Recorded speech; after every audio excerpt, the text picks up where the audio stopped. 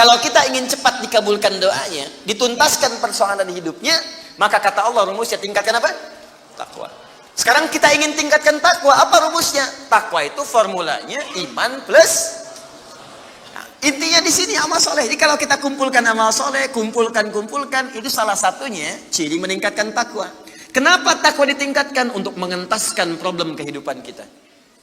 Bahkan nanti ada yang belum berdoa, saking tinggi ya takwanya, itu masalahnya diselesaikan oleh Allah tanpa dia meminta. Perhatikan bagian yang ketiga ini. Ini tidak mudah karena termasuk bagian dari dosa besar. Meninggalkan dosa besar mendatangkan anugerah yang berlimpah tanpa batas. Kumpulan amal soleh yang digunakan wasilah untuk berdoa, terkadang akan cepat mampu mengabulkan apa yang kita mohonkan. Apalagi kalau yang dimintakan adalah pengalaman meninggalkan perbuatan maksiat yang besar. Kadang maksiat-maksiat itu jangan diikuti. Jauhi, tinggalkan. Nanti saat butuh, minta dengan amalan itu. Itu boleh, ayatnya ada. Yang nyuruh Allah berarti Allah yang menetapkan jalan. Salah satu formulanya mengerjakan itu supaya semangat beramal soleh. Ya, belajar meninggalkan larangan. Minggu pertama larangan di mata, jauhi larangan mata. Pekan kedua larangan telinga, pekan ketiga larangan lisan. Sampai ke ujung kaki, sampai tubuh kita terbiasa meninggalkan larangan. Praktekkan. Kalau istiqamah, wa allaw istaqamu, kalau kalian istiqamah ala tariqati, pada jalan manhaj yang telah aku turunkan ini, la asqainahum ma'an ghadaqa, aku akan limpahkan kepada mereka rizki yang tanpa batas. Ada satu yang kalau ini benar dilakukan, bukan sekedar rizki, tapi Allah akan mengutus satu malaikat yang menjaga kita sampai wafat. Apa yang dimaksudkan? Sebelum masuk kepada kalimat selanjutnya, ghairil maghdubi alaihim waladdallin, sebelum masuk ke sana, maka saya ingin sempurnakan dulu dengan satu kalimat. Jika sudah semua itu kita siapkan, model petunjuk dari Nabi, turunkan dari kalangan siddiqin. Siddiqin itu sederhana. Setiap Anda baca Quran, yakini, amalkan. Siddiqin tuh.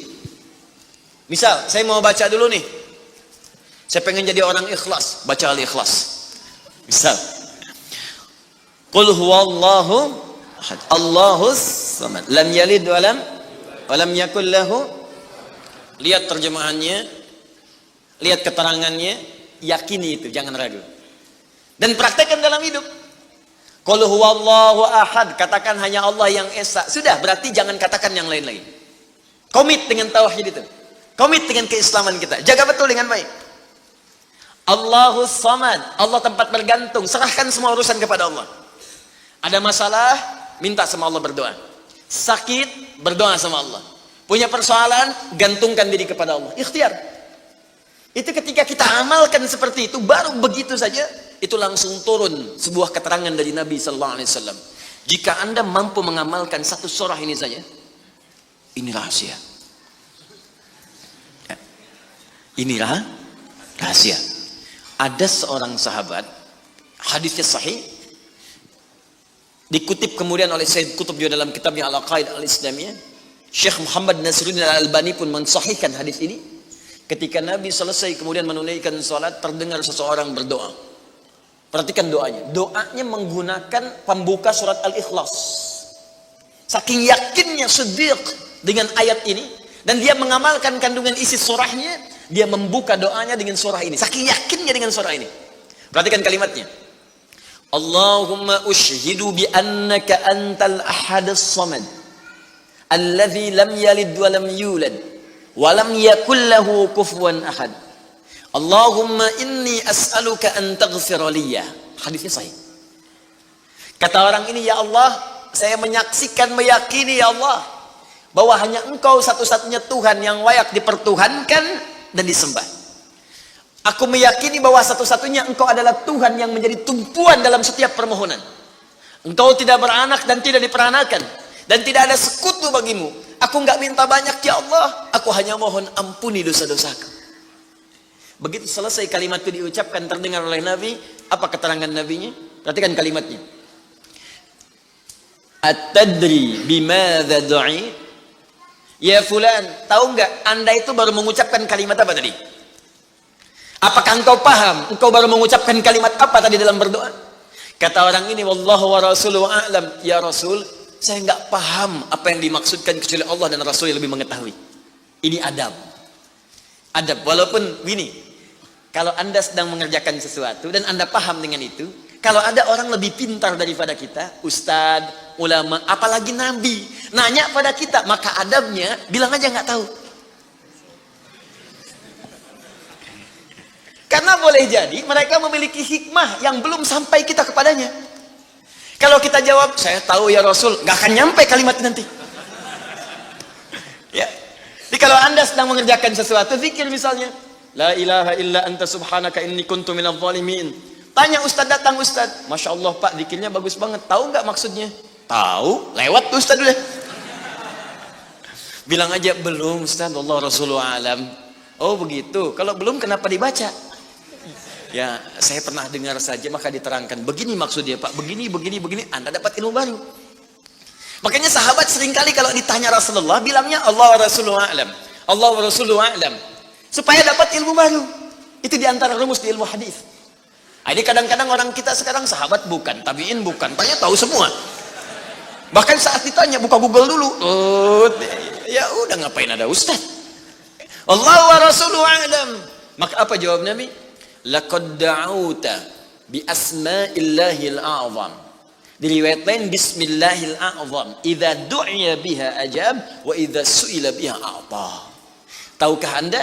Kata Nabi, Anda baru saja berdoa dengan menyebutkan dengan yakin semua sifat-sifat Allah yang maha tinggi. Nama-nama Allah yang tertinggi. Nama Allah yang tertinggi, nama tauhidnya Al-Ahad, nama tertinggi. Karena dengan itulah nama ini Allah ditakdiskan, dikuduskan. Dengan nama ini Allah disembah, dan dengan nama ini Allah dipertuhankan. Kata Nabi, Anda baru berdoa dengan menyebutkan nama Allah yang paling tinggi. Yang kalau disebutkan nama itu di awal doa, maka semua doa yang disampaikan akan dikabulkan, semua permintaan akan dijawab. Tapi apakah semua orang yang membaca doa itu diawali dengan surah tadi akan dijawab? Belum tentu. Kalau tidak ada praktek sedikit dalam jiwanya. Orang dulu minta dijawab, orang sekarang sama kalimatnya. Usyhadu bi annaka antallahul ahad as-samad alladzi lam yalid wa lam yulad wa lam yakul lahu kufuwan ahad. Ya Allah, lancarkan rezeki saya. Tetap aja lambat dari atas. Kenapa? Karena inti ayat itu tidak dipraktekkan dulu. Diyakinkan dalam jiwa kita, benarkan ayat itu, amalkan, pakai dalam doa. Jadi, dan itu buktinya. Kemudian apa ciri orang yang akan cepat kemudian dirahmati oleh Allah? Dengan menjadikan 4 contoh yang kemarin sebagai model. Nabi, Siddiqin, Syuhada, satu lagi Salihin, orang yang mengumpulkan amal soleh. Ingat, semua Bapak Ibu sekalian, ingat kalimat ini. Saya perlambat sedikit. Bonus yang Allah berikan kepada orang yang menjadikan 4 ini sebagai model dalam kehidupan, bonus cepatnya, maka amalan yang ia kerjakan akan mempermudah doa dia dikabulkan. Tadi saya contohkan Siddiqin kan. Syuhada nggak usah ditanya. Orang-orang para syuhada itu bahkan sebelum wafatnya diberikan jalan-jalan kemudahan oleh Allah. Bahkan sebelum wafat kalau benar syahidnya, itu banyak doanya yang dikabulkan. Bukankah para ulama bagian dari mujahid fisabilillah? Berapa banyak para ulama yang mengangkat tangannya dikabulkan? Imam Ahmad bin Hanbal pernah lewat, kemudian ada seorang mengatakan, Syekh, anak saya sakit, tolong doa kepada Allah. Kata Imam Ahmad, kamu ini doa-doa sendiri katanya. Imam Ahmad ingin mengajarkan, kamu kan masih punya lisan. Kamu masih punya kemudian kekuatan, minta dulu sama Allah supaya ada ikhtiar. Orang itu tiba-tiba pulang, ya dengan perasaan dia agak kecewa karena Imam Ahmad tidak mendoakannya. Ternyata ketika dia pulang, Imam Ahmad berdoa kepada Allah. Ya Allah, sembuhkan anak si fulan itu. Pulang, anaknya sembuh. Allahu Akbar. Di doa ulama itu kalau benar kealimannya, kalau benar ilmunya dan khasyahnya kepada Allah, itu hujah di lisannya. Bahkan firasatnya nyata. Kadang dikasih dalam mimpi, kadang kemudian bermohon kepada Allah tanpa diketahui. Ada. Solihin juga demikian. Bahkan turun Quran surah ke-5 ayat 35. Ya. Paling kanan sebelah bawah, ya ayyuhalladzina amanu taqullaha wabtaghu ilaihil wasilah. Hai orang-orang beriman, tingkatkan terus takwamu kepada Allah dan jadikan takwa itu sebagai wasilah untuk meminta kepada Allah dari apa yang engkau inginkan. Dan kalau Anda cari takwa di Quran, bentuknya amal soleh. Tidak pernah kalimat takwa disebutkan dalam Al-Quran kecuali pada umumnya akan menyebut amal soleh. Contoh, kalimat takwa pertama langsung disebutkan orangnya di Al-Baqarah ayat 2. Dzalikal kitabu la hudal lil. Siapa muttaqin orang takwa di sini? Sebutkan ayat 3 dan 4-nya.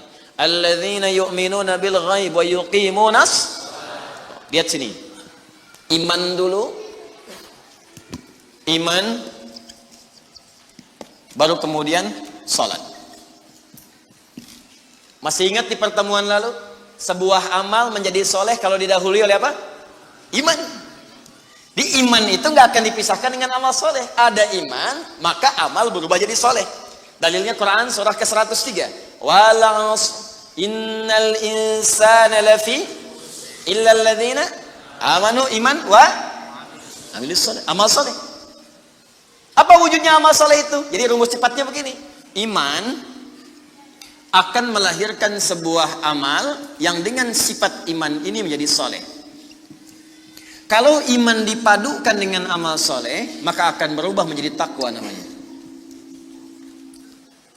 Karena itu ketika Allah menyebutkan kalimat takwa dalam Al-Quran, baik dengan kata benda, ya, noun, muttaqin, muttaqun, atau kata kerja, verb, fi'il, tattaqun, yattaqun, ittaqau, pasti setelahnya akan bertemu dengan iman dan amal saleh. Dzalikal kitabu la hudalil. Siapa muttaqin orang takwa di sini? Alladzina yu'minuna bil ghaib wa iman lis salat. Wa mimma razaqnahum infaq dan seterusnya.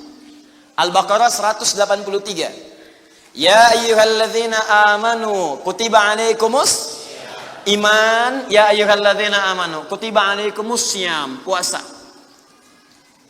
Kama kutiba alal ladzina min la'allakum taqwa. Jelas? Maka ketika lihat rumusannya, lihat formulanya. Ini agak jarang dibahas ya. Perhatikan formulanya. Kata Allah di Quran surah ke-5 ayat ke-35. Ya ayyuhalladzina amanu. Hai orang-orang yang telah beriman. Alhamdulillah modal ini ada. Masih beriman? Alhamdulillah. Berarti modalnya sudah ada kan? Nih, yang dipanggil ini. Hai orang-orang yang telah beriman. Yang belum beriman tidak haid. Ittaqullah. Tingkatkan takwamu kepada Allah. Yang diminta ini. Perhatikan rumusnya. Hai orang-orang yang telah beriman, tingkatkan takwamu kepada Allah.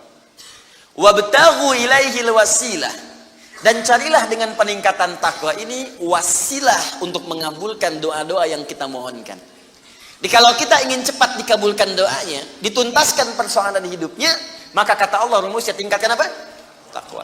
Sekarang kita ingin tingkatkan takwa, apa rumusnya? Takwa itu formulanya iman plus.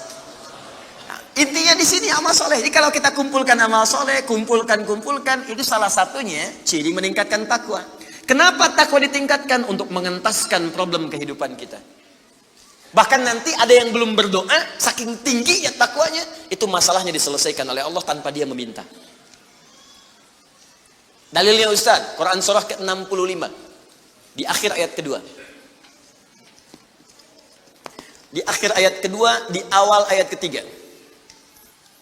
Wa may yattaqillaha yaj'al lahu makhraja wa yarzuqhu min haitsu la.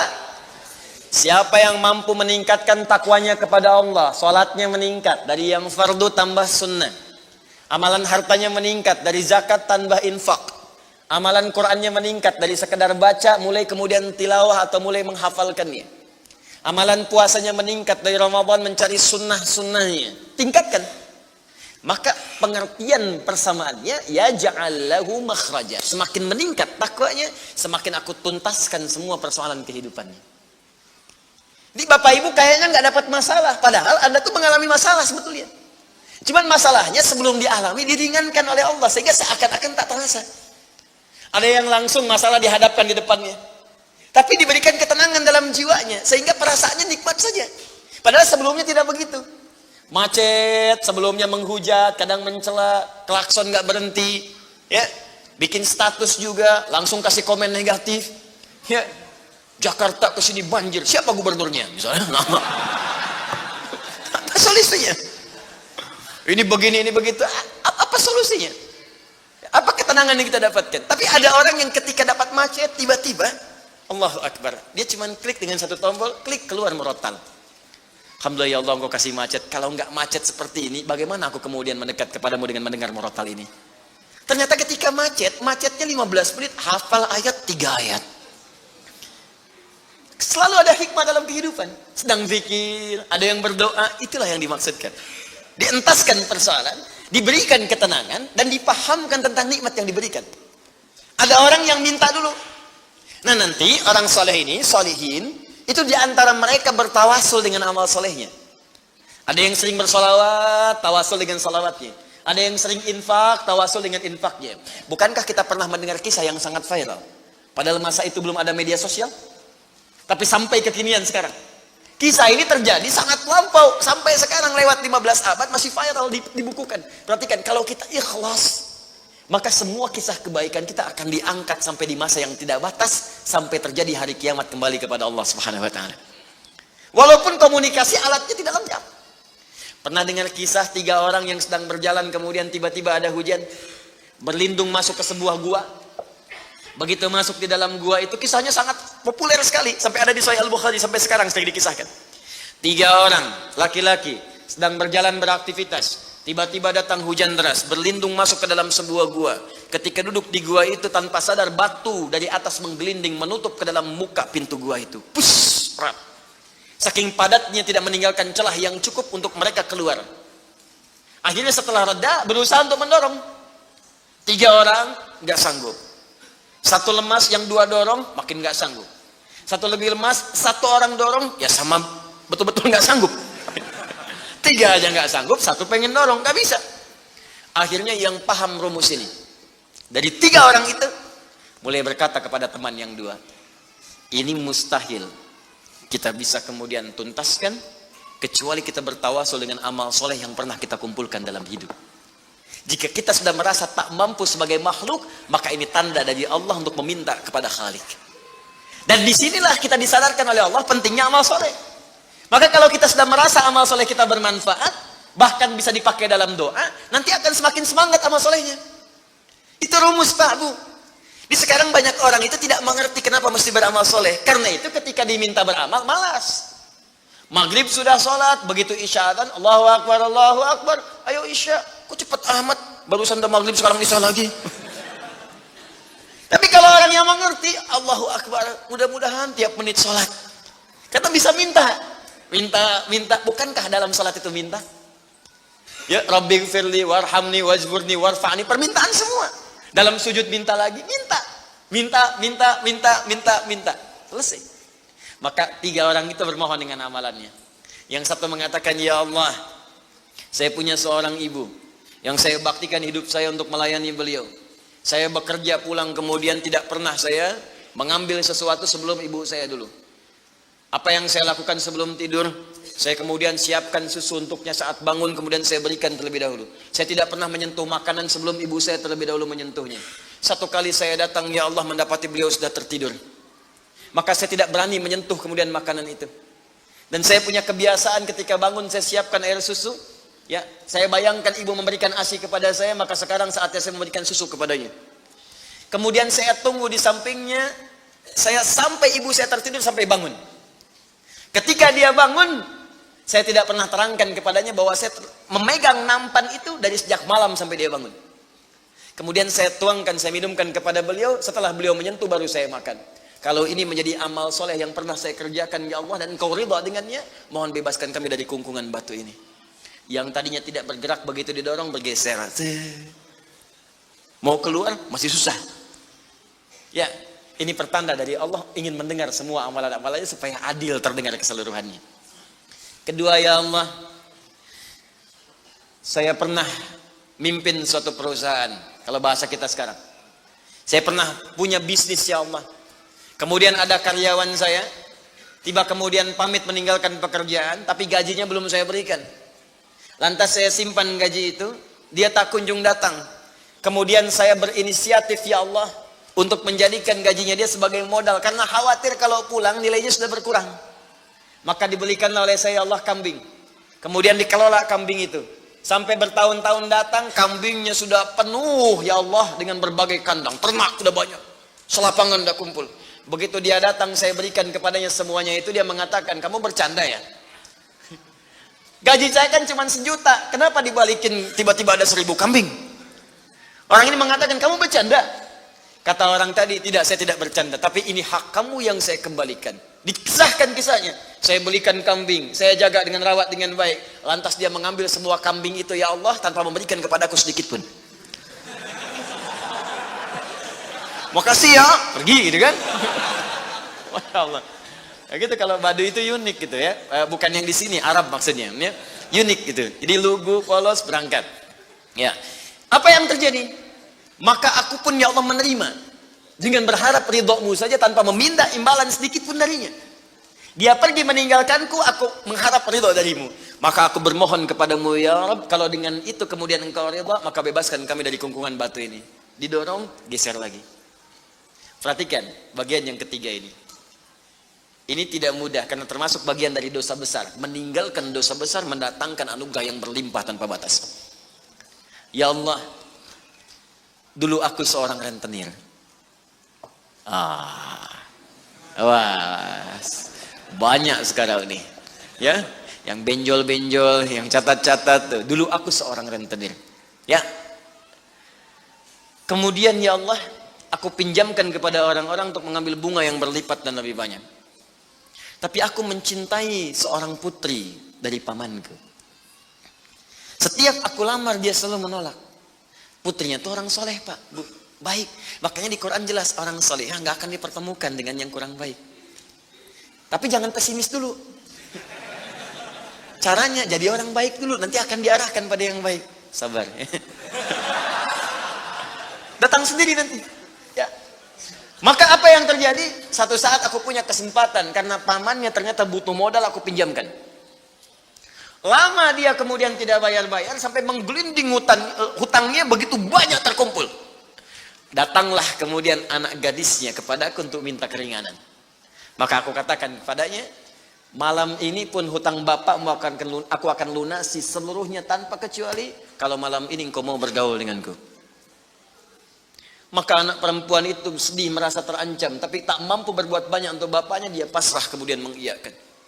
Di malam itulah sejak aku siap-siap untuk menggaulinya, tiba-tiba si gadis itu dengan fitrah lisannya mengatakan, nih kalau orang nggak pernah maksiat, ini kalimatnya itu tinggi sekali, besar, pengaruhnya banyak. Kata perempuan ini, ittaqillah, paman, bertakwalah kepada Allah. Satu kalimat di gadis itu menggetarkan pada jiwaku, melahirkan rasa takut yang sangat dalam. Aku lari meninggalkannya sambil mengatakan, sudah, bapakmu tak ada utang lagi padaku, dan aku lari meninggalkannya. Ya Allah, kalau dengan perbuatan itu engkau ridha yang menjadikan aku bertobat sampai sekarang, maka mohon ya Allah bebaskan kami dari kungkungan batu ini. Begitu mau didorong, batunya sudah menggelinding jauh meninggalkan mulut gua itu. Kumpulan amal saleh yang digunakan wasilah untuk berdoa, terkadang akan cepat mampu mengabulkan apa yang kita mohonkan. Apalagi kalau yang dimintakan adalah pengalaman meninggalkan perbuatan maksiat yang besar. Kadang maksiat-maksiat itu jangan diikuti. Jauhi, tinggalkan. Nanti saat butuh, minta dengan amalan itu. Itu boleh, ayatnya ada. Yang nyuruh Allah berarti Allah yang menetapkan jalan. Salah satu formulanya mengerjakan itu supaya semangat beramal soleh. Amal soleh itu kan cuma 2. Kalau enggak if'al, wala taf'al. Do it, live it. Kerjakan, tinggalkan. Kerjakan sholat, jauhi zina. Kerjakan kemudian infak, jauhi bohong. Kerjakan ini, tinggalkan ini. Anda cukup kerjakan, tinggalkan. Dan dengan wasilah itu minta kepada Allah. Jelas di sini? Nah, ini mungkin doa banyak disampaikan tapi jarang terkabulkan karena pengertiannya terbalik. Yang ditinggalkan dikerjakan, yang dikerjakan ditinggalkan. Terus dengan pedenya minta, ya Allah mohon kabulkan. Susah. Kenapa? Naktas sauda. Ketika berbuat maksiat mulai ada penutup, kemudian dicawan hatinya. Mulai yang ringan dulu begini. Sehingga saat cahaya akan masuk tidak tembus. Sedikit-sedikit. Allahu Akbar, Allahu Akbar. Dulu belum dengar adzan sudah ke masjid. Sekarang sudah dengar adzan masih belum semangat tuh ke masjid. Ini ada cawan nih yang ditutup. Makin keras lagi. Dulu masih nunggu qomat ke masjid, sekarang sudah qomat mau dekat waktu sholat berikutnya nggak ke masjid juga begini. Tapi kalau sudah begini, ini yang susah. Bahkan orang sholat pun masih disoal juga. Ngapain sholat? Tidak akan memberikan solusi.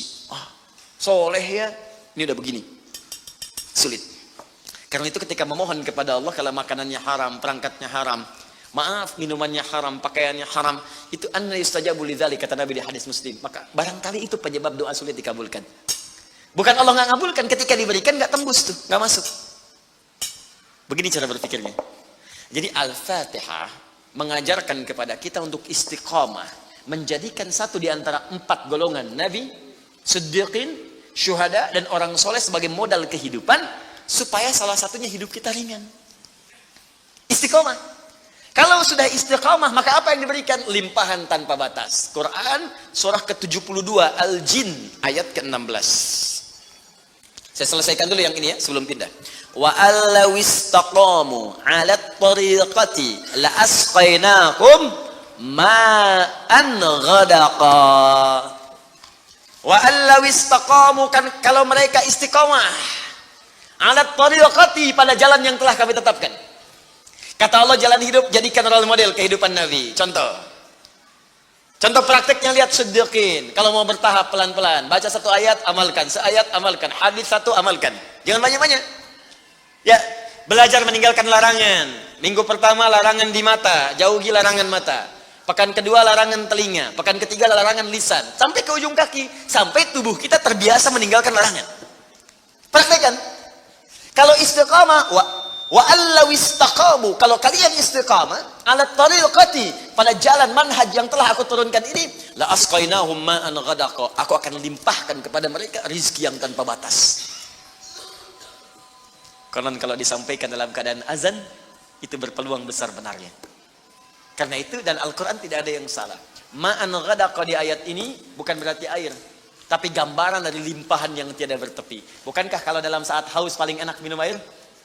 Bukankah kalau energi itu hilang, air yang datang bisa menguatkan kembali? Ya kan? Bukankah air bisa menjadikan yang kotor menjadi bersih? Maka rizki itu sifatnya luas. Bisa jadi kemudian materi, bisa uang, bisa ketenangan, bisa limpahan keturunan, dan sebagainya. Istiqamah. Ada satu yang kalau ini benar dilakukan, bukan sekedar rizki, tapi Allah akan mengutus 1 malaikat yang menjaga kita sampai wafat. Apa yang dimaksudkan? Kita lihat setelah menunaikan salat isya berjamaah. Melanjutkan kajian kita karena waktu kita terbatas, dan mungkin malam ini juga akan menjadi penutup kajian kita di bulan ini. Karena itu saya ingin segera menyempurnakan sehingga kita bisa fokus untuk bisa menyimak dan mengamalkan apa yang telah kita pelajari.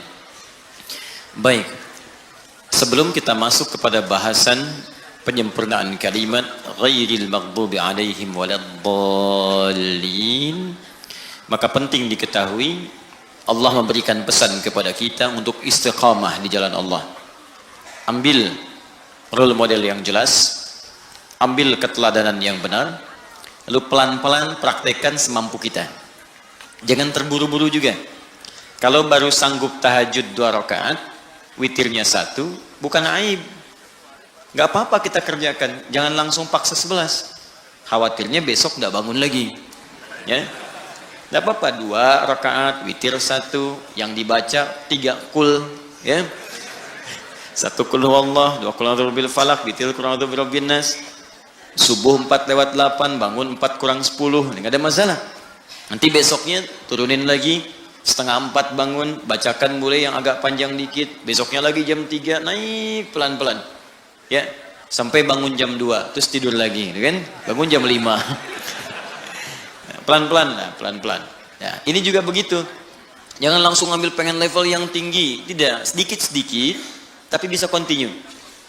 Nah, kemudian yang paling menarik, Allah turunkan keterangan di Quran surah ke-41, Fussilat, ayat 30. Tadi saya sampaikan sebelumnya, jika kita istiqamah di jalan Allah, dengan yang tadi saya uraikan, maka Allah akan memberikan ma'an ghadaqa, limpahan yang sangat berlimpah tak terbatas. Ya, digambarkan, diilustrasikan dengan air. Air kan kalau melimpah itu, ghadaqa itu datang dengan melimpah. Ya, kayak air sungai yang deras gitu kan. arusnya kencang. Itu kan kalau arus kencang nggak mungkin selebar sedotan gitu kan. Pasti banyak gitu ya. Nah, itu seperti itu limpahan rezeki yang kadang tak terbatas. Sampai kita mengatakan dunia ini kecil ternyata. Nah, ada lagi yang hebat. Apa amalannya? Innalladzina qalu rabbunallahu tsumma istaqamu. Awas kalimatnya sama-sama nih. Istiqamah, istiqamah. Istiqamah di jalan Allah ketika sudah Allah turunkan model kehidupan yang diikuti. Pakai inna, harfu nasbin wa taukidin tansibul isma wa tarfa'ul khabara mabniun 'alal fathi la mahalla lahu min al-i'rabi. Paham? Tidak. Ya, kita ngaji dengan ilmu nahwunya. Inna harfu nasbin wa taukidin, huruf yang berfungsi menasabkan. Kalau menasabkan dalam kaidah gramatikal artinya menjadikan harakatnya itu mansub pakai fathah. Jelas? Fathah itu pembuka. Jadi kalau fathah masuk dalam kalimat pembuka di Al-Quran, kalau masuk ke sebuah kisah, ini menunjukkan cara menerjemahkannya. Kami buka kisah ini. Contoh, ini praktek bahasa ya. Quran surah ke-21 ayat 83. Wa ayyuba pakai fathah. Walaupun ataf diikutkan pada hukum sebelumnya. Wa ayyuba idnala rabbahu anni massani yadhurru wa anta arhamur rahimin. Wa ayyuba cara menerjemahkannya, dan kami buka kisah Ayyub untuk menjadi inspirasi bagi hamba Allah yang kemudian diuji dengan penyakit, seperti apa zikirnya agar disembuhkan oleh Allah. Makanya di akhir ayat 84-nya ditutup dengan kalimat wa dzikra lil 'abidin. Kisah ini akan jadi pengingat bagi hamba Allah yang saleh yang saat diuji dengan penyakit dia berzikir seperti Ayyub melakukannya, maka saya berjanji akan menyembuhkannya. Itu mansub. Nah, kemudian kalau kita tarik ke balaghah, nasab itu artinya sesuatu yang ditancapkan dengan kuat. Nasabar rajulu asahu, seorang lelaki menancapkan tongkatnya dengan kuat alal ardi, ke tanah, sehingga tidak goyang.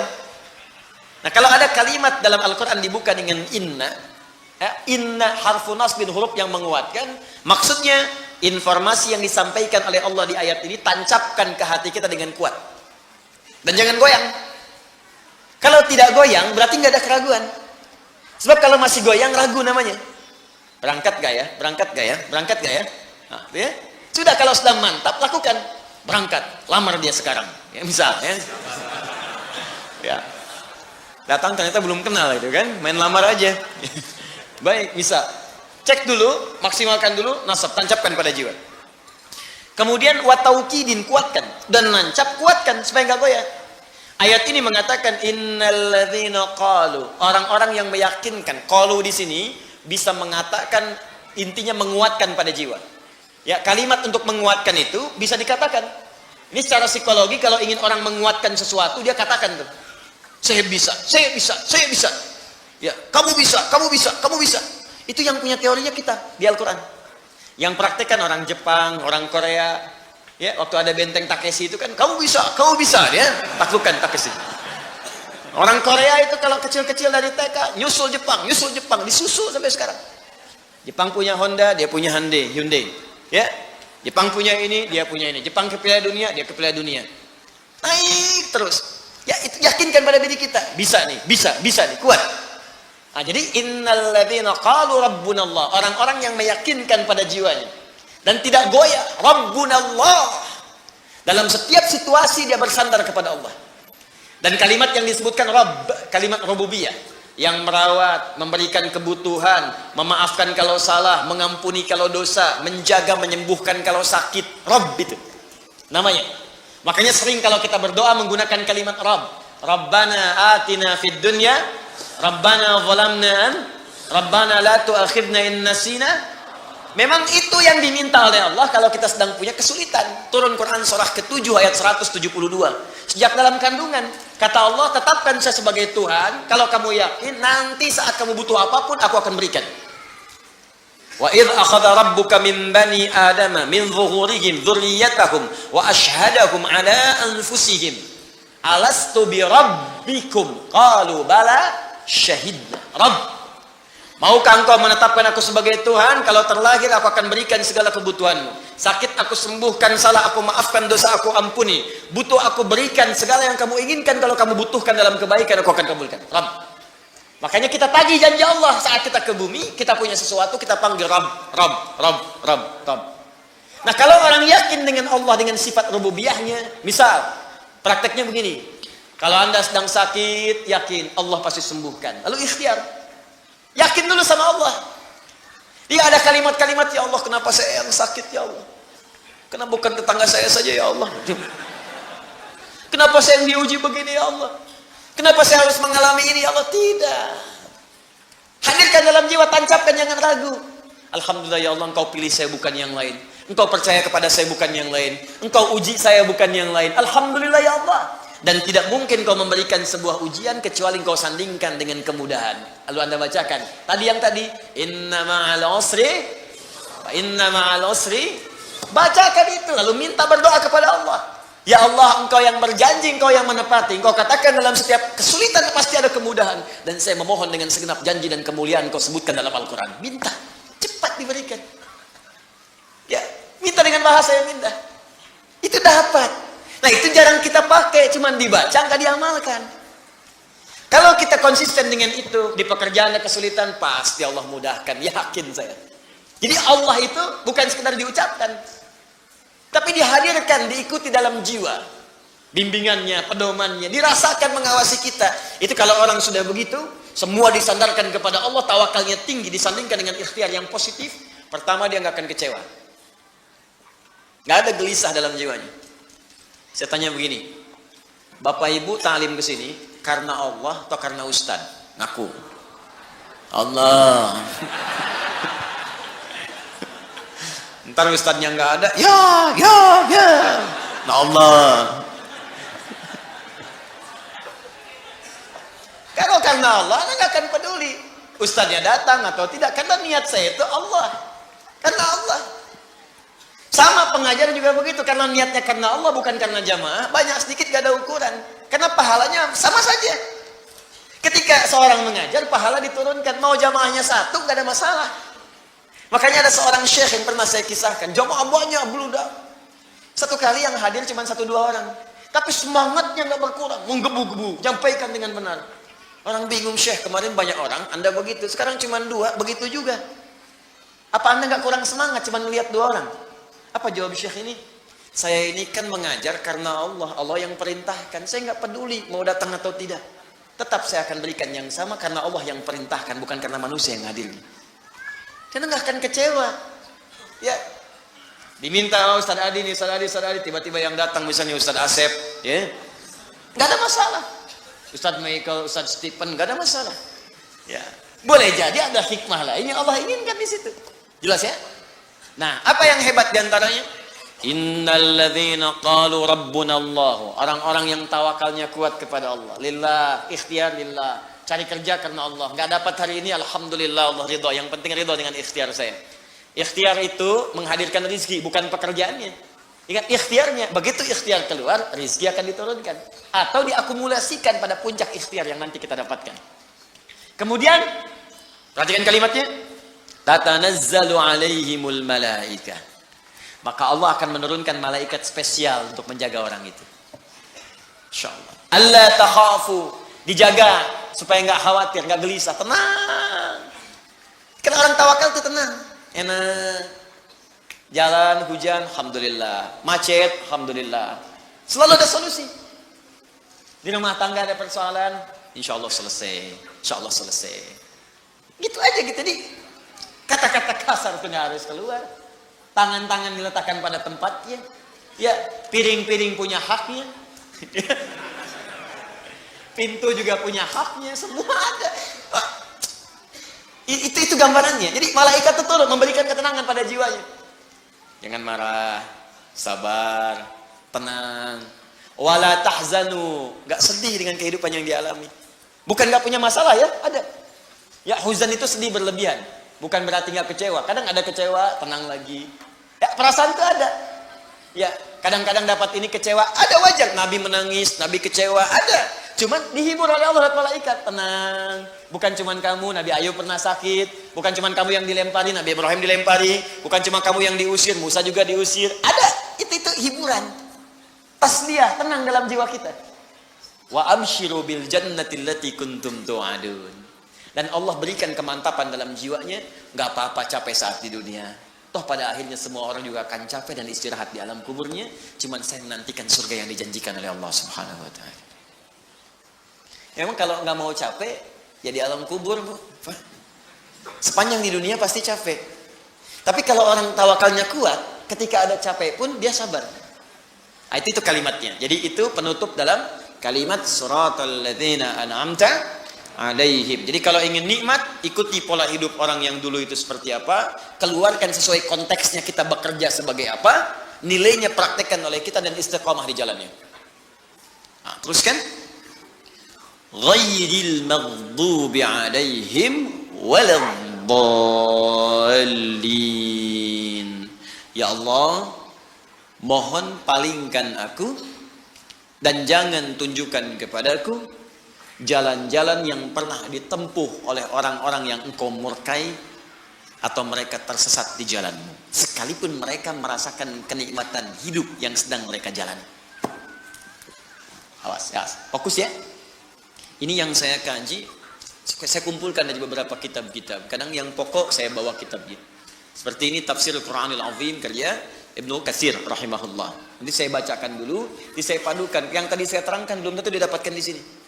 Ya, jadi Bapak Ibu catat dengan baik, lihat dan praktekkan. Nanti di akhir saat kita bertemu lagi, setelah selesai baru saya bikinkan khulasah atau intisari dari pembahasan dan kurikulumnya. Yuk kita sempurnakan dulu. Ghairil maghdubi alaihim waladdallin. Qara'al jumhuru ghairi bil jar. Mayoritas ahli qiraat membacanya menggunakan kasrah, ghairi, i. Ya, ghairi 'ala an-na'ti. Ya, 'ala an-na'ti menunjukkan kepada sifat yang sebelumnya. Jadi persamaan inti permohonan. Na'at itu sifat, ya.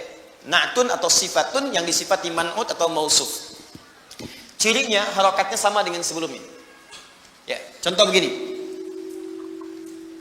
Siratal ladzina an'amta alaihim. Siratal ladzina. Ini mohon maaf ya, paham nggak paham, ikutin aja dulu ya. Kalau ini bagian bahasa ini, nanti maknanya baru ngerti. Kalau kaidahnya memang mesti belajar dulu ya.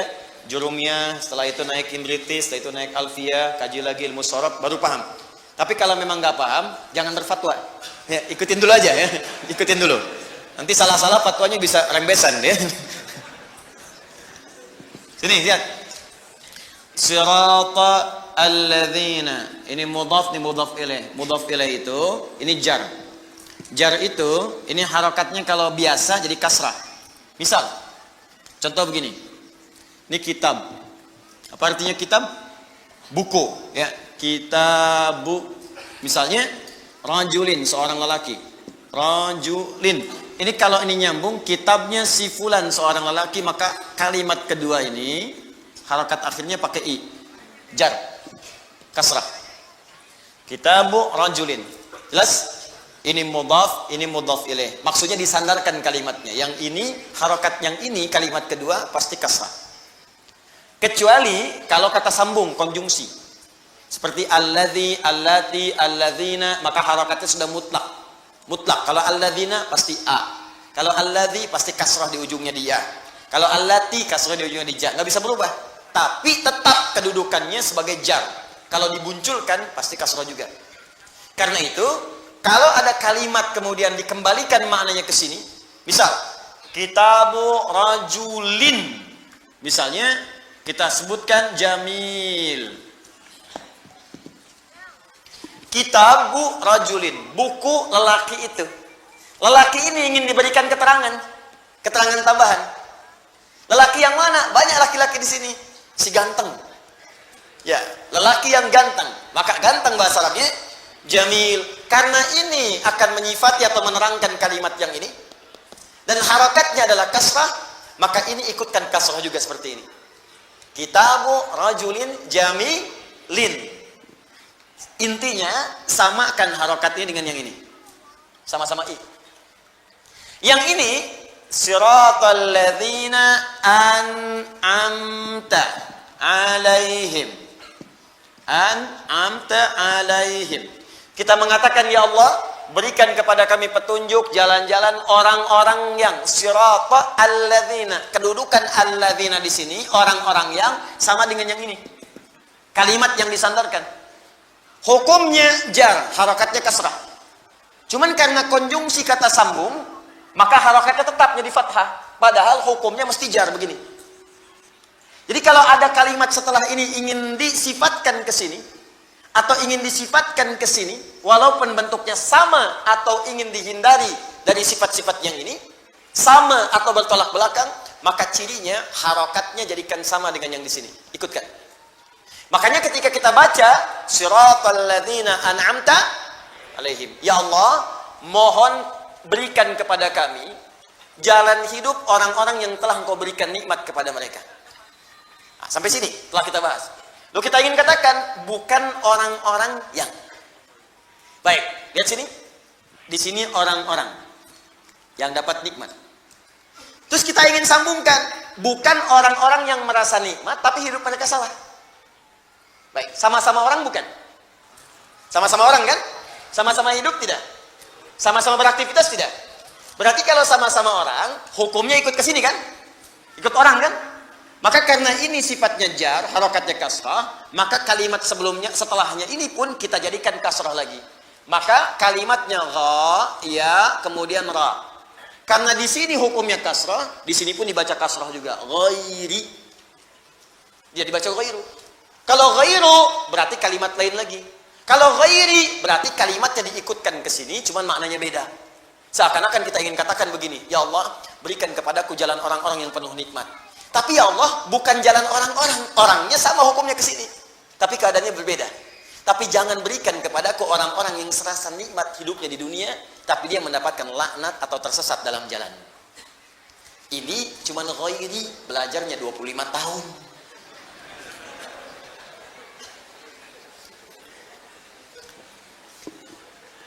Ini memang dalam Pak Bu, nggak paham nggak apa-apa, nggak paham nggak ada masalah. Yang penting kita bisa memahami maknanya ketika mengamalkan kandungan dia. Saya hanya ingin jelaskan kalimat cepatnya begini. Saya ingin jelaskan kenapa dibaca dengan ghairi, diikutkan pada hukum sebelumnya, menunjuk kepada orang. Kesimpulannya begitu. Paham? Ya. Cuman kenapa saya jelaskan panjang-panjang? Karena rugi kalau nggak saya jelaskan, jauh-jauh saya sekolah. Jauh-jauh saya sekolah banyak baca kitab, kemudian kita baca kitab, banyak-banyak saya tamatkan, tiba-tiba nggak dibahas, rugi. Jelas ya? Baik. Tapi saya nggak paham Ustaz, salah sendiri. Baik, intinya pertama dibaca ghairi, bisa dibaca ghairi menunjuk kepada orang-orang yang punya perasaan sama dengan sebelumnya serasa nikmat, tapi mendapatkan laknat ataupun murka dari Allah Subhanahu wa Ta'ala. Qala Zamakhsyari. Zamakhsyari pernah berkata, pengarang kitab Al-Kasyaf. Itu bahasa Arabnya luar biasa dikuasai. Ilmu-ilmunya tinggi sekali. Sampai beliau kemudian punya kelemahan jalan dengan tongkat. Ya, ingin tinggal di samping Ka'bah. Sehingga disebut dengan Jarullah, tetangganya Allah. Ini bahasa balaghah, tetangga Ka'bah. Tapi kalau sudah berjalan tongkatnya kedengaran, maka orang-orang yang sedang mengajar seperti ini turun dari kursinya. Karena malu takut salah kedengaran dari Syekh Zamakhsyari. Boleh diikuti pendapat-pendapat tafsirnya, tapi masalah hukum-hukum pandangannya dalam tauhid dan fiqih, maka disarankan tidak untuk diikuti. Karena Mu'tazilah alirannya. Ya, alirannya Mu'tazilah, tapi pendapat-pendapat tafsirnya ini sejalan dengan Ahlus Sunnah. Kecuali dalam pembahasan masalah-masalah, ya ada cabang-cabang tauhid, bukan pokok, cabang-cabang tauhid juga terkait dengan persoalan-persoalan di fiqih. Baik. Wa quri'a bin nasbi 'ala al-hali wa hiya qira'atu Rasulillah sallallahu alaihi wasallam wa Umar bin al-Khattab wa ruwiyat 'an Ibnu Katsir. Fokus. Kalimat ghairi bisa dibaca juga dengan nasab ghaira. Saya ulang. Di ghairi bisa dibaca dengan ghaira. Jadi kalau nanti ada yang baca ghaira dalam tafsir, ya ghairal maghdubi, jangan disalahkan karena bacaan ini pun bersumber dari Rasulullah sallallahu alaihi wasallam. Umar bin Khattab pernah baca dengan ghaira, juga diriwayatkan dari Ibnu Katsir rahimahullah, salah satu Quran. Ya, di antara Quran. Paham sampai sini? Baik, jadi bisa dibaca ghairi, bisa dibaca ghaira. Kalau dibaca ghaira berarti menunjukkan keterangan yang berbeda dari sebelumnya. Cara memahaminya begini. Ya Allah, tunjukkan kepadaku jalan orang-orang yang telah Engkau berikan nikmat. Kata Allah, saya tunjukkan. Ikuti para nabi, siddiqin, orang saleh, syuhada. Ya Allah, jangan berikan kepadaku jalan orang selainnya. Maka dibaca ghaira. Jelas ya? Karena beda dengan yang sebelumnya. Hal. Paham? Ya Allah, aku pengen yang ini saja, bukan yang ini. Maka dibedakan, langsung baca ghaira. Tapi kalau kita baca ghairi, wah, ini kalimatnya lebih lengkap lagi, kompleks maknanya. Ya Allah, berikan kepadaku jalan orang-orang yang telah Engkau berikan nikmat. Kata Allah, ikuti. Nih, para nabi, siddiqin, syuhada, solihin. Tapi ingat, engkau pun akan melihat orang-orang yang terasa seperti nikmat hidupnya, padahal dia mendapatkan laknat dariku. Dia seperti nikmat hidupnya, padahal tersesat. Ada kelihatan orang seperti kaya, tapi Allah murka kepadanya.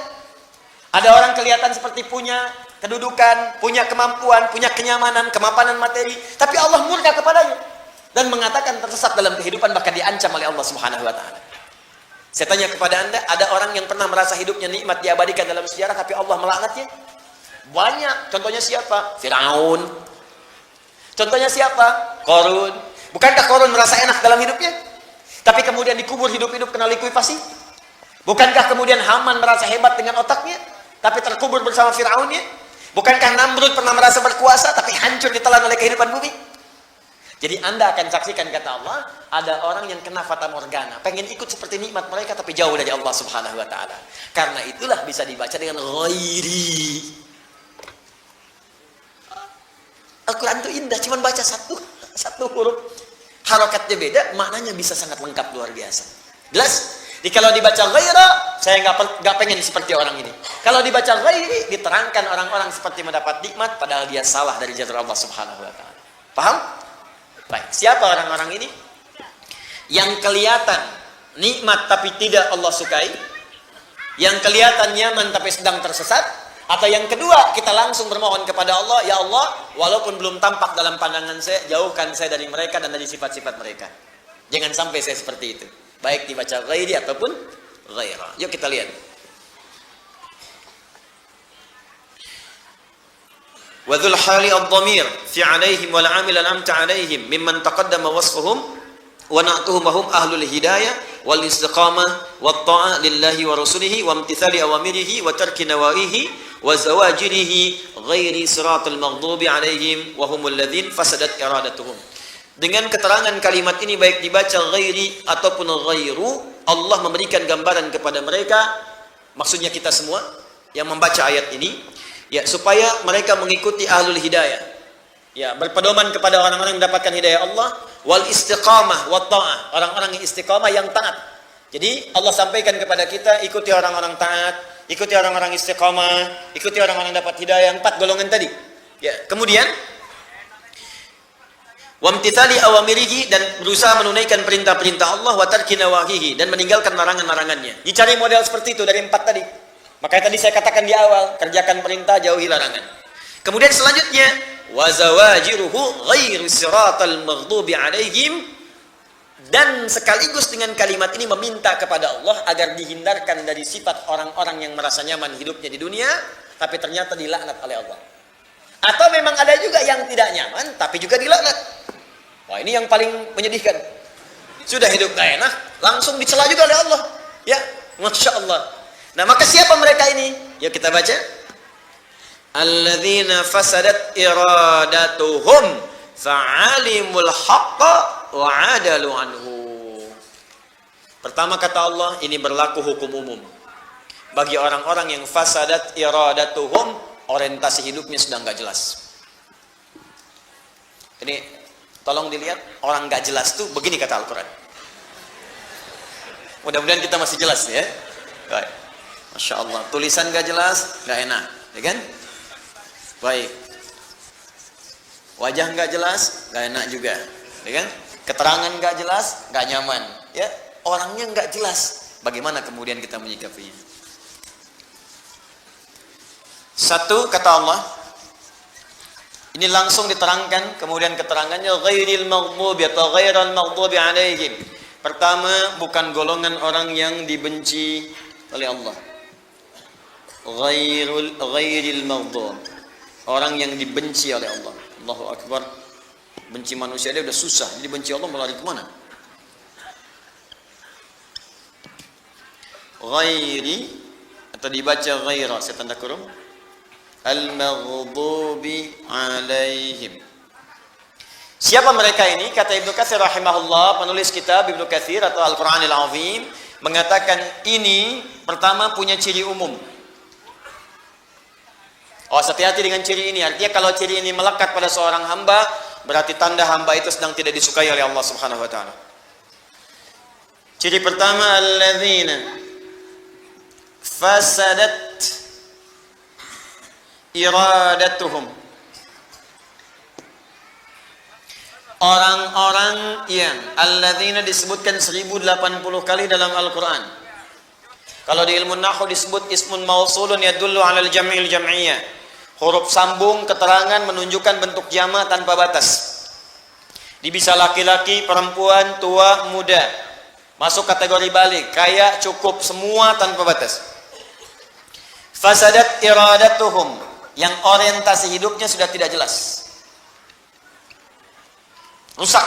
Fasad itu rusak. Jadi kalimatnya sudah bukan gak jelas lagi, rusak. Papan tulis, tulisannya nggak jelas. Papan tulis, tulisannya tidak jelas. Dengan yang kedua, papan tulis yang rusak. Beda kan? Ada orang yang orientasi hidupnya tidak jelas. Yang kedua, memang hidupnya sudah rusak. Kalau manusia yang menyebut rusak, mungkin persepsinya bisa berbeda.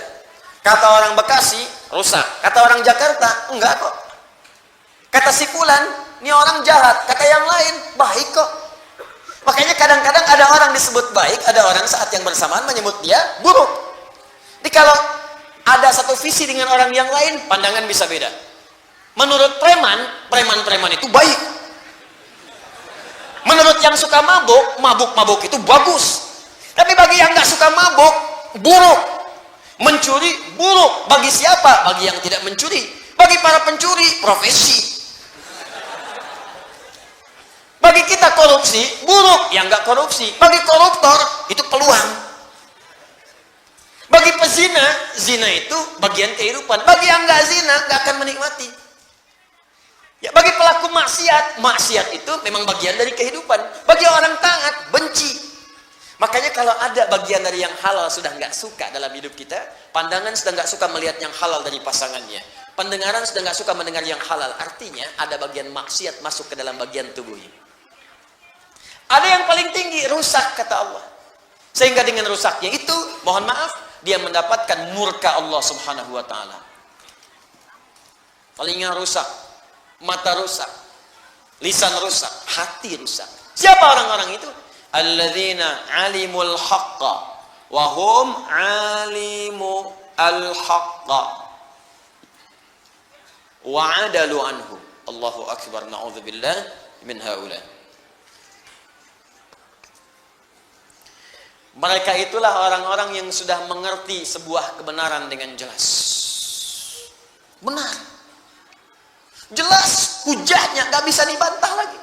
Memang jelas. Dan mereka yakin itu benar. Mereka tahu ini benar. Tapi mohon maaf, dengan pengetahuan itu justru mereka berpaling dari kebenaran yang dimaksudkan. Udah tahu benar, diingkari. Udah tahu benar, nggak dikerjakan. Udah tahu kemudian salah, masih dilakukan juga. Sudah tahu kata Allah ini yang benar, dia tinggalkan ini yang salah, dia kerjakan. Maka ini ciri pertama pada orang-orang yang hidupnya sudah tahu kebenaran hak. Kebenaran itu dibagi dua. Ada sidqun, dan haqqun. Itu berbeda. Lihat sini. Ada as-sidqu. Ma yahtamilu sidqa wal kadhib. Kalau disebutkan kalimat sidqun, itu persepsinya bisa beda. Kadang menurut si A itu benar, menurut si B itu salah. Beda persepsi. Ibu datang mau ke pengajian. Datang kepada papa. Papa mau ke pengajian, bagus. Menurut papa gaunnya mana yang paling bagus ya? Hijau atau biru? Kata papa, biru deh mah. Ah, kayaknya hijau deh. Beda persepsi. Jadi menurut ibunya hijau, menurut suaminya biru. Nah, itu padahal dua-duanya mungkin benar atau juga mungkin salah. Begitu keluar pakai kuning. Baik, tapi kalau haqqun, al-haq, itu artinya kebenaran yang sudah memang benar dan buktinya nyata, sulit untuk ditolak. Dan satu-satunya kebenaran yang tidak bisa dibantah lagi, kebenaran yang bersumber dari Allah Subhanahu wa taala. Quran surah kedua ayat 147. Al-haqqu mir rabbika fala takunanna minal mumtarin. Semua yang hak itu pasti sumbernya dari Allah Subhanahu wa taala, maka jangan pernah ragu saat Anda mendapatinya. Nah, kalau orang sudah mendapatkan keterangan hak lantas kemudian dia menyalahinya, maka Allah benci dengannya. Murka, rusak lantas hidupnya. Apa hak yang paling tinggi? Hak tauhid.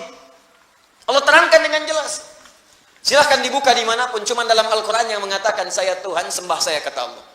Quran surah ke-20 ayat ke-14. Innani anallahu la ilaha illa ana, kata Allah, fa'budni. Saya Allah, fitrah ketuhanan, berani mengatakan saya Tuhan. Jadi kalau ada yang bukan Tuhan, tidak akan bisa mengatakan saya Tuhan. Karena Quran itu firman Allah, dan Allah memiliki sifat-sifat ketuhanan. Karena punya sifat ketuhanan, punya bagian ketuhanan, dan sempurna ketuhanannya, maka berani mengatakan saya Tuhan. Makanya keterangan ini Anda nggak akan temukan dalam buku manapun dan kitab manapun, kecuali di Al-Quran. Kenapa? Karena fitrah manusia tidak bisa mungkin mengatakan lisannya saya Tuhan. Mustahil. Allah mengatakan saya Tuhan. Tidak ada Tuhan selain saya. Kemudian menyampaikan kepada kita untuk belajar, cerna dengan akalmu. Ini saya bandingkan secara logika. Ya, makhluk tidak sama dengan Khalik. Jadi kalau makhluk punya sifat A, pasti Tuhan akan beda. Karena Tuhan mesti beda dengan makhluk. Turunkan ayat ini, turunkan ayat ini, turunkan ayat ini. Sampai sempurna kita dapatkan pengetahuan. Tapi kalau kita sudah sadar Allah itu Tuhan yang benar, masih berpaling juga dari situ. Nah ini satu, Allah nggak suka. Turunannya, sifat-sifat misalnya kenabian. Misal yang paling contoh, Ibnu Katsir menyampaikan contoh dengan jelas. Misal,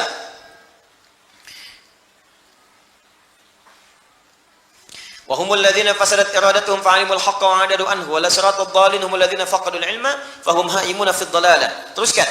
وهما طريقة اليهود. Pertama, contoh di masa lalu dicontohkan seperti ini. Dan ingat ya, ini bukan spesifik pada golongan umat tertentu. Kalau bagiannya punya seperti ini, maka dia sedang dimurkai oleh Allah. Hati-hati. Contoh, kata Ibnu Katsir, tercatat dalam sejarah orang Yahudi di masa lalu.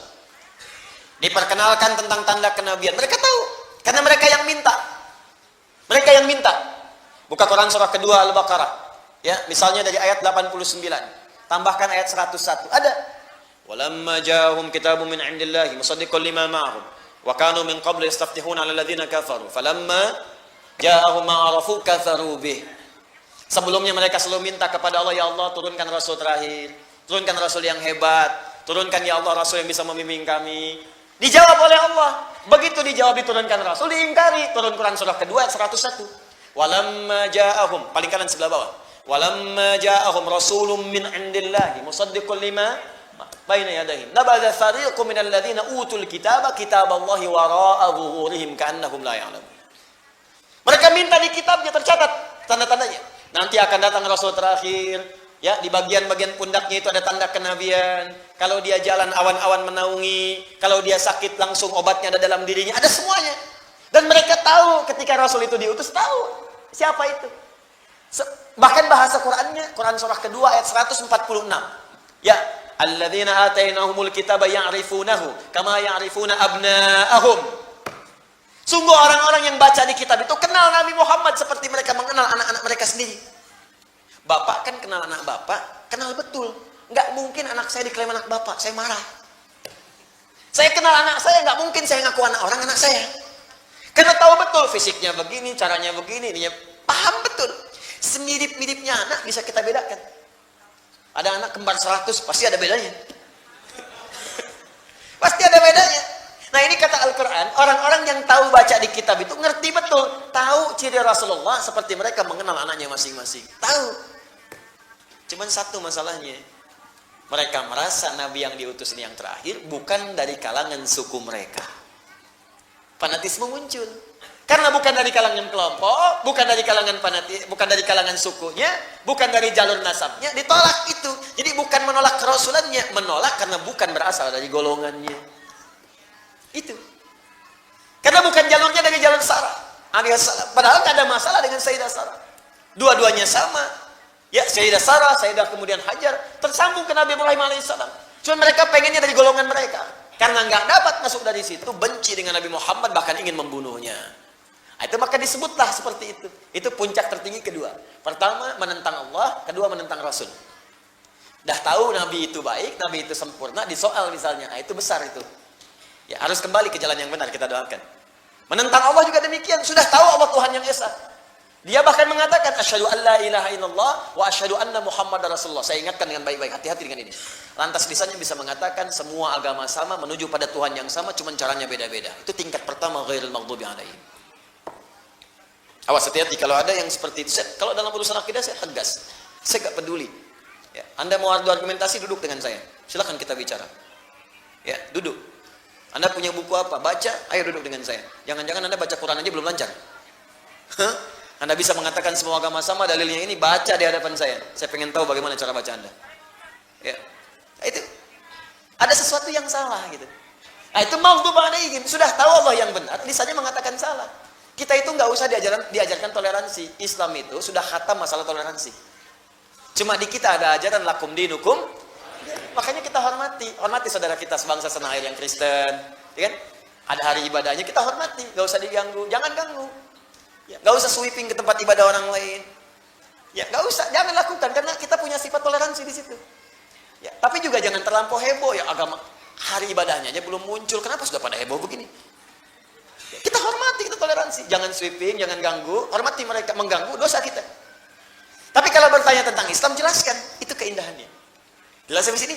Di kita khatam di wilayah-wilayah itu dan kita diminta untuk menjaga nilai keutuhan dalam kehidupan. Jelas? Nah, itu contoh yang mudah dan kadang membuat kita itu nggak sadar. Ternyata banyak sekali ajaran tayangan yang bisa membuat Allah murka. Dan itu mungkin yang menghambat doa-doa kita itu. Baca buku, salah buku yang dibaca, yang menjauhkan kita dari Allah. Ikut ceramah, salah ceramah yang menjauhkan kita dari tuntunan Rasulullah. Mendengar sesuatu, salah baca, mungkin itu yang menjadikan doa itu jarang terjawab. Nggak sadar kita masuk sebuah jebakan, hati-hati, yang sebetulnya itu sudah diingatkan dari sejak dulu, cuman casingnya beda. Luarnya tidak sama, kelihatan seperti bagus tapi buruk. Itu sudah diingatkan di Quran. Buka Quran surah kedua ayat 204, paling kiri sebelah atas di mushaf. Wa minan nasi may yu'jibuka qawluhu fil hayatid dunya wa yushhidullaha ala ma fi qalbihi wa huwa aladdul khisam. Anda akan dapati di antara sementara orang yang kalau bicara kata-katanya begitu menarik, retorikanya begitu cantik. Awas, hati-hati. May yu'jibuka qawluhu fil hayatid dunya wa yushhidullaha ala ma fi qalbi. Kadang-kadang ngutip-ngutip nama Allah, ngutip ayat dipotong, ngutip hadis dipindahkan maknanya. Tapi orang ini pandai berretorika sehingga Anda tuh nggak bisa bedakan ini mana yang benar, mana yang salah. Jadi punya kemampuan bicara kayak orang benar, padahal salah. Nah, itu kalau masuk ke kalangan orang awam macam-macam itu dianggap benar. Hati-hati, karena mereka juga belajar cara nyampaikan sesuatu, ngafalin Quran tapi nggak tamat tapi dipotong-potong. Jadi seperti orang hebat dan gelarnya tinggi-tinggi. Makanya ketika bicara nggak ada gelarnya yang singkat-singkat, nggak ada. Pasti yang S3, paling kecil S2, ada yang profesor. Karena itu gelar digunakan untuk menyampaikan sesuatu seakan-akan punya legalitas. Padahal itu musuh yang sangat nyata kata Allah. Nih, maghdub alaih. Awas, hati-hati. Sekarang masuk kampus, masuk sekolah. Apa ibu mau? Ibu mengandung 9 bulan 10 hari, diberikan ASI, sampai sempurna 2 tahun. Anda merawat, berpeluh kesah, keringat macam-macam. Tiba-tiba besok-besok pulang anak Anda mengatakan semua agama sama. Maghdub alaihim. Kalau satu orang dimurkai Allah masuk ke keluarga, wah, itu yang paling bahaya. Jaga dengan baik. Caranya mendoakan. Ya, jangan saling tuduh dulu, doakan. Kemudian pelan-pelan kita lawan dengan akhlak yang baik. Setelah itu tampilkan, di sana bikin status, ini bikin status. Di sana potong ayat, sempurnakan ayatnya oleh kita. Begitu caranya. Jelas ya? Sampai sadar betul dengan apa yang kemudian kita yakini. Jadi satu, ada aspek tauhid. Yang kedua, ada aspek terkait dengan nubuwah, pesan-pesan kenabian. Yang ketiga, ada muamalah. Ini yang banyak terjadi sekarang. Dan tanpa sadar itu bisa menghambat doa. Jadi walaupun Anda amin tiap hari 17 kali amin dalam sholat nih. Ghairil maghdubi alaihim waladdallin. Amin. Man wafaqa ta'minuhu ta'minal malaikah ghufira lahu ma taqaddama min dzambi. Siapa yang baru amin saja bersamaan dengan aminnya malaikat, maka bonusnya diampuni semua dosa-dosanya. Bonus. Tapi kenapa ampunan dosa nggak muncul? Karena tadi antara perkataan dengan perbuatan berbeda. Doa nggak dijawab, doa sulit dikabulkan karena tadi. Mungkin kalau nggak terkait aspek ketuhanan, tobat dari sekarang. Aspek kenabian, tobat dari sekarang. Apalagi nggak tanggung-tanggung, aku nabi. Nah, itu yang kita luruskan. Makanya jangan marah kalau diingatkan. Yang terakhir, ini yang paling banyak terjadi. Apa itu? Sudah tahu benar, ditinggalkan. Sudah tahu salah, dilakukan. Itu Allah nggak suka.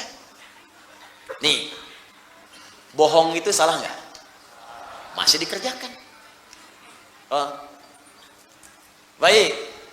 Tambah lagi, gosip. Gosip. Gibah. Curhat. Curcol. Ayo kumpulin tuh semua istilahnya. Singkatnya, gibah. Salah atau benar? Udah tahu salah, dibikin acara.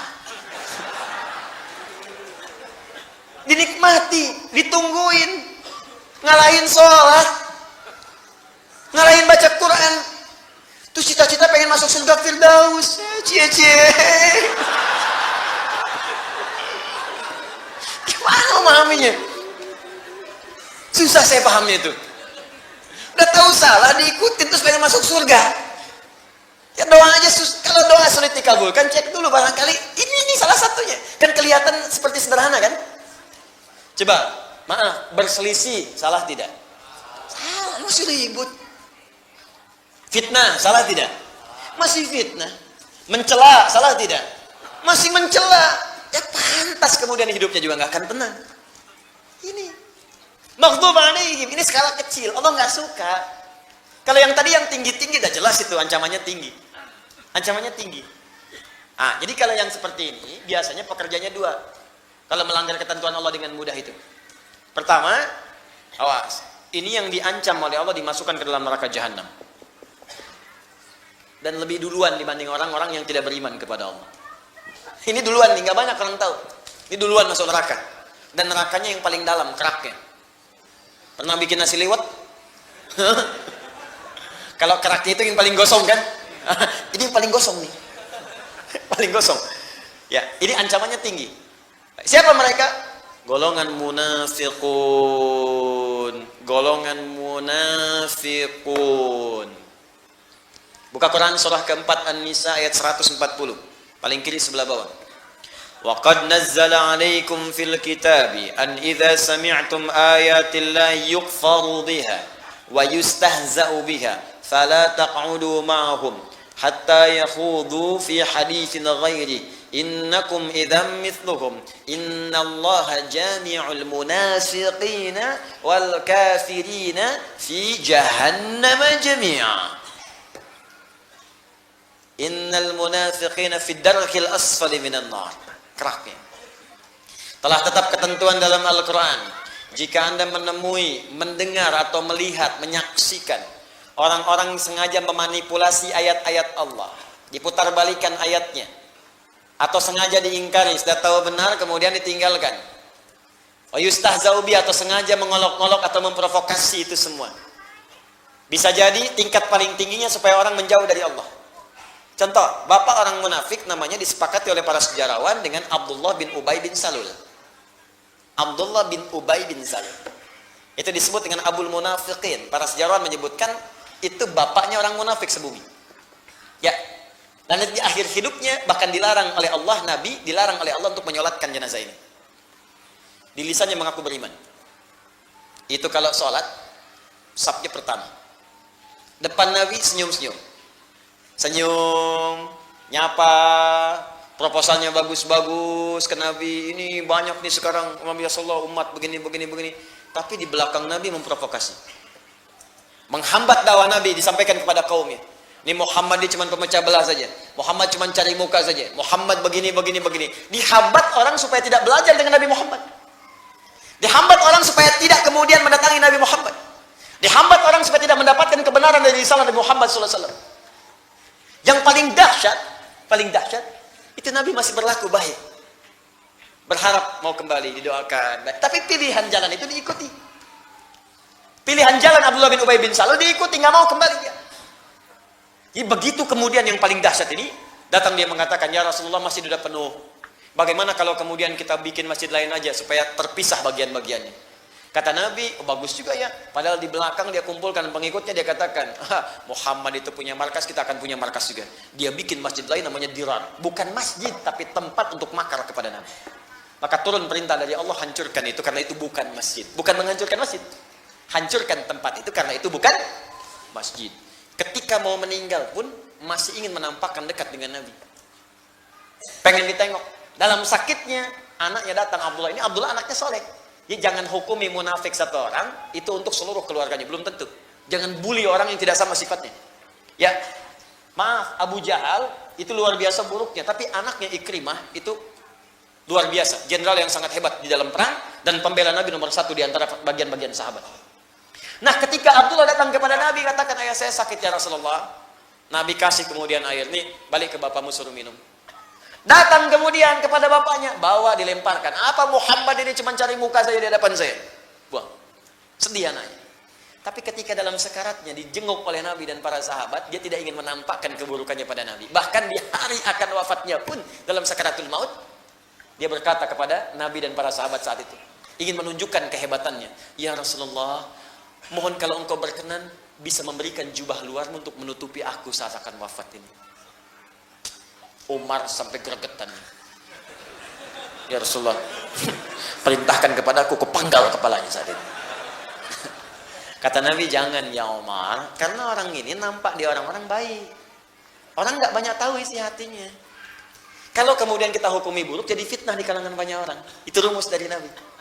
Jangan ya Umar, cuman jubah kok nggak apa-apa, pakein aja. Begitu dipakaikan, sudah meninggal mengenakan jubah Nabi, tapi turun ayat untuk melarang Nabi menyolatkan jenazahnya. Dilarang oleh Allah. Jangan salatkan, la tusalli ala ahadin. Jangan salat dari salah seorang pun di antara golongan munafik itu. Dan ketika ayatnya turun, hukumnya berhukum umum. Ini menunjukkan akan ada lagi orang seperti itu di masa-masa setelah Nabi Muhammad SAW. Tadi itu Abdullah bin Ubay bin Salul. Hidupnya begitu kolokan, wafatnya mengesalkan. Nah, kalau disebutkan umum, maka kaidah dalam asbabun nuzul, kaidahnya berkata demikian. Al-ibratu bi umumil lafzi la bi khususis sababi. Hukum itu akan berlaku dengan keumuman lafaz, bukan sebab khususnya. Di sifat munafik itu, sifat nifak, itu akan terbawa di setiap masa. Anda akan menemukan, makanya disebutkan tandanya oleh Al-Quran. Untuk orang baik, ayat ke-2 sampai ke-5 Al-Baqarah. Orang-orang yang ingkar, 6 sampai 7. Tapi munafik, 8 sampai 12 tandanya. Ada yang di depan Anda baik-baik memuji, di belakang menjelek-jelekan. Sekarang banyak. Ada di depan Anda menyayang-nyayang, di belakang kemudian menjerumuskan. Banyak. Ada yang di depan Anda seperti orang baik, di belakang kemudian mencela Anda. Banyak. Maka diturunkan ayat ini untuk mengajak sadar lagi. Ya, bukan untuk menjatuhkan hukum, vonis, tidak. Makanya kita doakan. Makanya saya sering katakan begini, saya mendoakan orang-orang yang mencela, ya, atau misalnya menjelek-jelek, saya doakan supaya kembali. Sudah cukup setan menjadi musuh yang paling bahaya buat kita. Jangan cari musuh yang lain. Ya, kalau ajaran saya seperti itu, saya ikuti. Kita jangan mencela, kita jangan kemudian merusak, jangan melakukan fitnah. Siapapun yang menyakiti, kita doakan kembali kepada jalan-jalan yang baik. Siap insyaallah? Jelas ya? Terakhir, waladdallin, atau jalan orang-orang yang tersesat. Siapa orang yang tersesat ini? Orang yang memang dari kecil nggak tahu kalau itu salah. Kalau Yahudi punya tanda. Ya, jadi dari kecil nggak tahu itu salah, tersesat dia jalannya. Ada yang mengatakan nabinya bukan Nabi Muhammad, Islam juga. Islam agamanya disebutkan, cuman nabinya bukan Nabi Muhammad. Ada yang nabinya Ahmad, nabinya Fulan, ada yang nabinya perempuan, macam-macam. Nah, ada anak yang dari lahir tinggal di lingkungan itu nggak tahu dia. Itu yang disebut dhalin. Sesat karena belum tahu. Itu aspek-aspek ketuhanan, aspek kenabian, aspek kesehariannya. Ada yang nggak tahu memang itu salah, dikerjakan juga. Tapi itu jarang. Jarang, karena fitrah kita akan menolak sesuatu yang salah. Pak, coba misalnya lewat dari sini. Oh, kayaknya bukan sendal saya sih. Kayaknya dipakai ya padahal sendal orang. Dia tahu itu. Kecuali yang mirip sendalnya, mirip. ukuran sama dipakai. Nyampe sana baru sadar, ih kok nggak enak makainya. Emang nggak enak kan, karena itu udah lama, yang Anda baru. Atau kebalik gitu kan. Nah itu dalin, karena nggak tahu. Ada lagi orang yang nggak tahu kalau dalam sholat bukan seperti itu caranya. Cuman dia salah karena nggak tahu ilmunya. Misal, maaf ya, ini saya tidak bermaksud menyalahkan dulu ya, tapi saya tuh melihat dalilnya begini, contohnya begini, saya ikutin. Dalam takbir misalnya, kan itu di setiap hadis yang ada, cuman angkat langsung simpan. Ya, jadi angkat, sejajar dengan bahu bisa, di sini bisa. Langsung simpan di sini, bisa telapak bertemu punggung begini, bisa pergelangan ketemu pergelangan begini. Ya, jadi pas takbir langsung di sini. Dan tidak diukur dulu Bu ya. Allah. Pas. Bisa nyampe sini. Tapi tidak sampai sini. Nyampe sini saja. Nah, itu hadis-hadisnya mengatakan silakan angkat simpan. Ada yang tidak menyimpan sama sekali di sini, irsal namanya. Irsal. Jelas ya? Ini di Malikiyah banyak begini. Pilihannya begitu, tapi saat mengangkat ini langsung diletakkan atau langsung begini, tidak ada gerakan lain. Nah, tiba-tiba misalnya ada yang mengatakan, Ustadz gak enak lah, masa kemudian kita sholat, nih tangan kanan kan bagus, kiri kurang baik, masa kiri duluan lantas tutup kanan? Bisa nggak kanan dulu, baru kiri, jadi begini, angkat, tutup. Kadang-kadang kaki naik gitu kan. Nah, itu bagaimana kemudian cara menyikapinya? Cek, ada nggak keterangannya? Ternyata nggak ada. Tapi ternyata dipraktekkan, orang ngelihat, karena ngelihat dikira benar. Jelas kan? Tersesat dia pada yang salah. Bukan tersesat di jalan yang benar, tersesat di jalan yang salah. Jelas ya? Baik, jadi begitu dia kemudian salah, fokus baik-baik, salah dia tuh. Terbawa selama hidupnya karena nggak pernah mendapatkan yang benar. Itu yang dimaksudkan salah jalan, diluruskan lagi. Jadi mohon izin, saya mencari di kitab-kitab hadis, saya belum menemukan. Bahkan maaf ya, di kitab hadis palsu pun tidak ditemukan yang berputar seperti ini. Ya. Di kitab hadis palsu pun. Jadi pemalsu hadis pun tidak tertarik memasukkan hadis ini karena sudah jelas. Paham ya? Nah, jadi kadang-kadang ada bagian tertentu yang kita nggak paham diikut-ikut. Makanya turun Quran surah ke-17 ayat ke-36 supaya kita nggak tersesat. Wala taqfu ma laysa laka bihi ilmun innas sam'a wal basara wal fuada kullu ulaika kana anhu mas'ula. Ini prinsip umumnya. Kalau ada ajakan pada yang belum jelas, jangan diikutin. Ini banyak nih. Sekarang ikut saya yuk. Kemana? Ikut aja. Kejutan. Kalau dalam fikih Qurannya, jangan. Tiba-tiba diajak ke tempat maksiat. Tiba-tiba diajak ke tempat yang dilarang. Tiba-tiba melihat tayangan yang tidak bagus. Jangan diikuti. Perjelas dulu.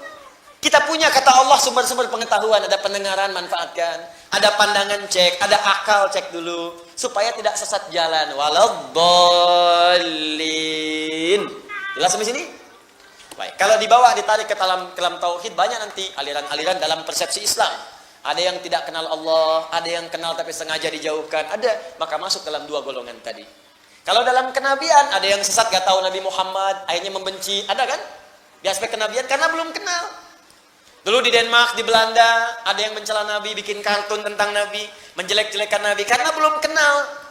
Bukan karena tahu menjelekkan, bukan karena belum kenal, dijelek-jelekan, bolin. Begitu dijelaskan kepadanya, datang. Saya punya kawan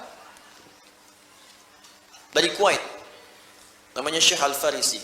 Itu orang hebat, punya kampanye mencintai Nabi. Tapi kampanyenya internasional. Jadi begitu menemukan orang yang tidak suka dengan Nabi, dia akan datangi.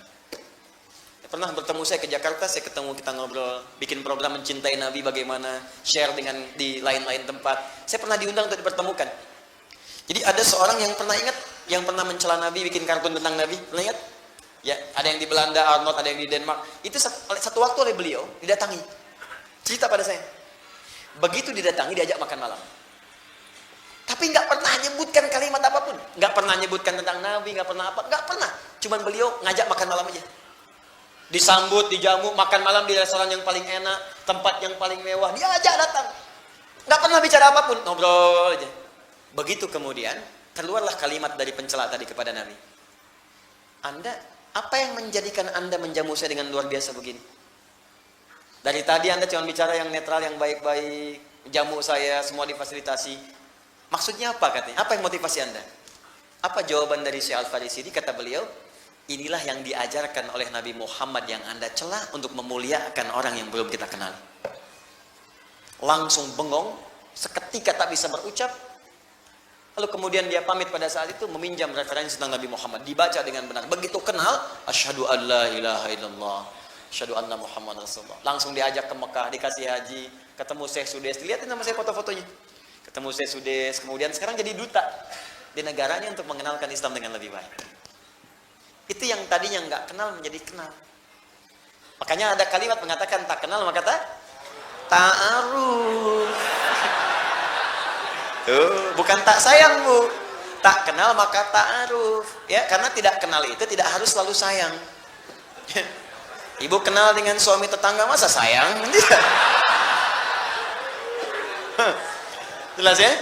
Tak kenal maka maka kita berlindung kepada Allah. Ya Allah, jauhkan saya dari punya sifat-sifat sudah tahu benar tapi saya tinggalkan. Sudah tahu salah saya kerjakan. Minta perlindungan setiap hari 17 kali. Tapi karena nggak dibaca dalam hati, maksudnya hatinya nggak ikut, cuman di lisan, jadi gersang. Makanya hatinya nggak terobati. Karena hati nggak terobati, walaupun sholat 17 kali baca Al-Fatihah setiap hari, nggak ada pengaruhnya. Ada yang gibah aja, ada yang baru selesai sholat udah ngomongin imamnya.